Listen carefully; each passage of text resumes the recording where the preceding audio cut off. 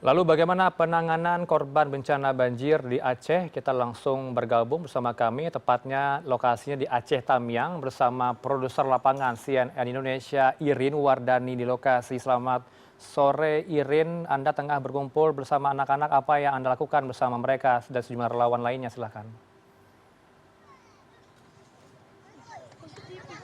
Iya, selamat sore Herano. Betul sekali saya dikelilingi anak-anak. Tadi rencananya saya akan berangkat menuju ke wilayah Desa Sumur, tapi terhenti karena memang jalurnya terputus. Jadi karena kita harus bertemu lewat live ini, Heranov, anak-anak ini pengen menyampaikan salam kepada Heranov dan juga pemirsa di CNN. Ayo, ada salam nggak buat pemirsa CNN Indonesia? Bilang halo dulu.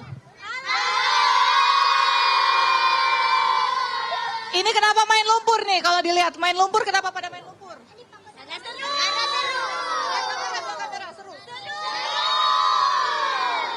Padahal kan main lumpur kotor, kenapa seru?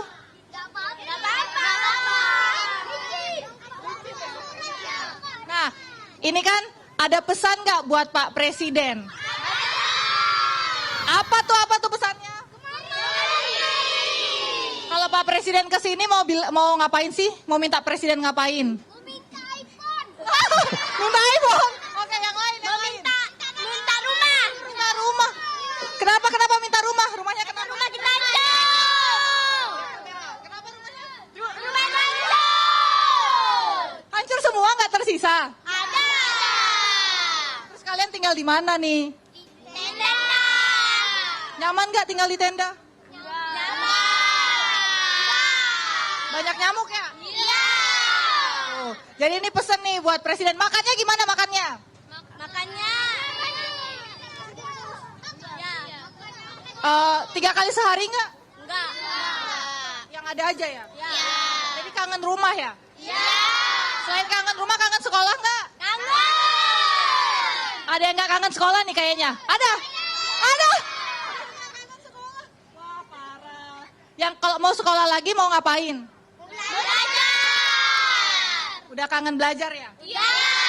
Baik, nah ini Presiden harus dengar nih suara anak-anak di Desa Rantau Bintang, Kabupaten Aceh Tamiang, bahwa mereka ingin sekali punya rumah, kembali pulang ke rumahnya, dan juga bisa kembali bersekolah. Bener kan? Benar. Ya udah, ini kakak live dulu lagi ya. Terima kasih, dadah. Salam buat CNN Indonesia. Dah. Jangan minta iPhone ya, kakak juga mau loh. Minta buku tulis, minta pakaian ya. Udah mandi, udah kotor semua ini. Ayo ganti baju, basah-basah. Terima kasih ya, dadah. Dadah. Ganti baju nanti masuk angin, tos. Tuh, dadah, tos. Tos, dah. Dadah. Woi, belajar yang pintar ya. Nah itu Heranov, memang anak-anak di tengah situasi bencana menjadi salah satu yang memberi saya juga semangat bahwa keceriaan mereka ada harapan.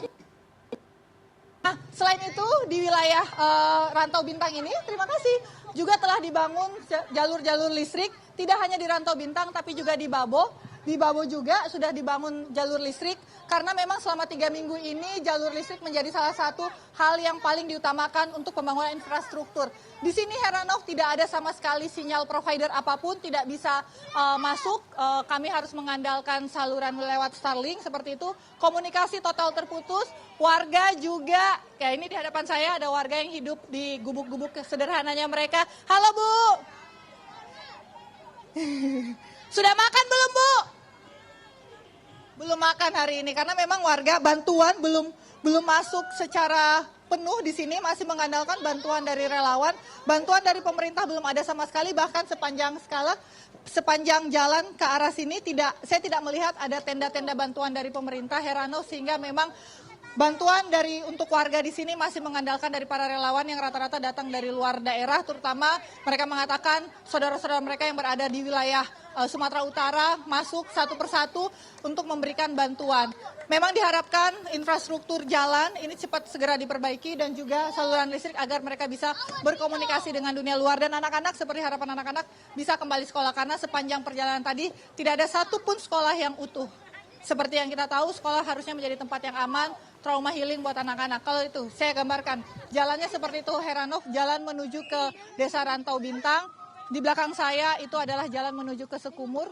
untuk menuju ke Sukumur itu juga yang biasanya jalurnya itu harusnya bisa ditempuh dalam waktu 30 menit, kurang dari 30 menit dari desa Rantau Bintang ini. Sayangnya karena jalan yang rusak seperti yang ada di hadapan Anda, mobil-mobil harus dealing dengan lumpur yang cukup tebal seperti itu. Jadi harus berhati-hati dalam mengendara, kalau tidak ban mobilnya slip. Sedangkan mobil-mobil rata-rata yang masuk ke sini adalah mobil-mobil yang memberikan bantuan. Dan anak-anak nih kalau dilihat semangatnya luar biasa sekali, Heranov. Saya takjub sama anak-anak di tengah bencana masih bisa memberikan keceriaan, membantu mobil. Tadi mobil kami juga dipandu oleh anak-anak ini. Jadi tidak hanya para penyintas yang dapat semangat dari keceriaan anak-anak, saya pun sebagai tim peliput dan juga rekan saya Urip Handoyo, kami juga mendapatkan suntikan semangat dari anak-anak ini. Dan semoga pemerintah bisa mendengar permintaan tulus dari anak-anak ini agar segera infrastruktur sekolah, rumah tempat tinggal mereka, dan juga kebutuhan-kebutuhan mereka itu segera untuk diperbaiki dalam waktu singkat. Heranov. Harapan kita semua, kredit for you dan juga Urip Handoyo atas laporan partisipatif Anda di sana, jaga kesehatan, keselamatan. Irin, terima kasih luar biasa. Kita harapkan Pak Prabowo nonton pada sore ini. Terima kasih.